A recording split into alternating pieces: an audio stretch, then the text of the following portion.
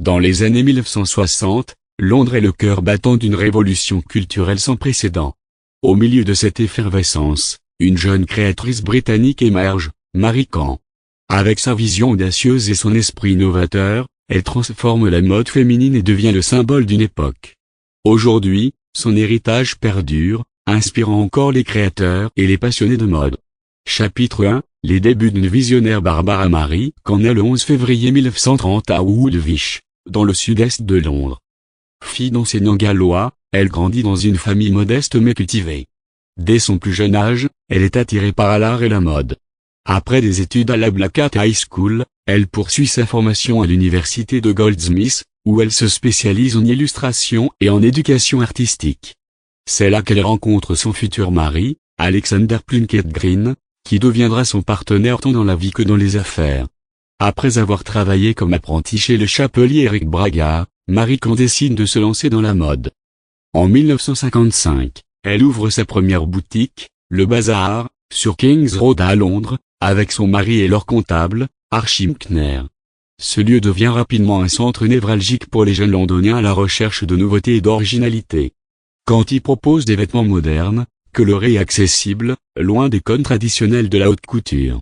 Chapitre 2, la révolution de la mini-jupe. Parmi ses créations les plus emblématiques, la mini-jupe se distingue.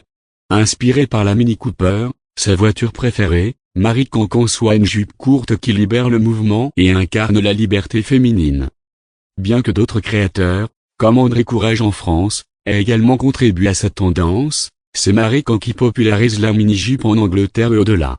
Cette audacieuse innovation choque d'abord les conservateurs, mais elle est rapidement adoptée par les jeunes femmes du monde entier. Des icônes telles que Twiggy et Brigitte Bardot portent fièrement ses créations, faisant de la mini-jupe un symbole de l'émancipation féminine et de la rébellion contre les conventions sociales. Chapitre 3, une créatrice aux multiples facettes. Mais Marie Caen ne se contente pas de redéfinir la silhouette féminine. Elle étend son influence à d'autres domaines de la mode et de la culture populaire. Elle lance des collections de maquillage, de lingerie, de chaussures et d'accessoires, toujours avec sa touche personnelle, des couleurs vives, des formes simples et un esprit ludique. En 1966, elle introduit les hot pants, des shorts ultra courts qui font sensation. Elle conçoit également des imperméables en PVC, des collants colorés et des bottes hautes, des pièces qui deviennent des incontournables de la garde-robe féminine des années 60. Son style, qu'elle qualifie de vulgaire dans le sens où il rompt avec le bon goût bourgeois, séduit une jeunesse en quête de liberté et d'expression personnelle.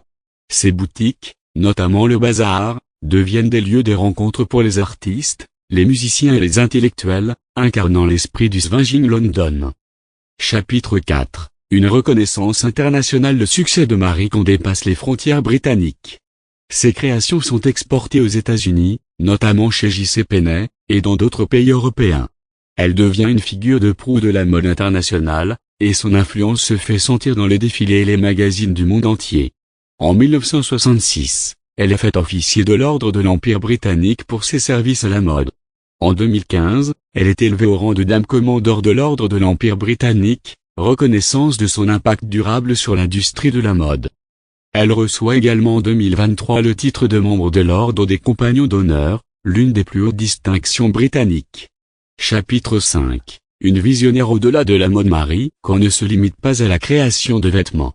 Elle conçoit également des objets du quotidien, tels que des couettes, des lunettes, des accessoires pour la maison et même l'intérieur d'une voiture. En 1988, elle dessine l'intérieur de la Mini Mule Designer, une édition spéciale de sa voiture fétiche, la Mini Cooper. Elle a écrit plusieurs ouvrages, dont son autobiographie Caen by Caen et Marie Caen, autobiographie, dans lesquelles elle partage sa vision de la mode et de la société. Elle continue à travailler comme consultante et à inspirer de nouvelles générations de créateurs jusqu'à la fin de sa vie. Conclusion. Marie Caen n'a pas seulement créé des vêtements, elle a créé un mouvement. Elle a redéfini les codes de la mode, de la beauté et de la féminité, offrant aux femmes une nouvelle manière de s'exprimer et de se libérer des contraintes imposées par la société.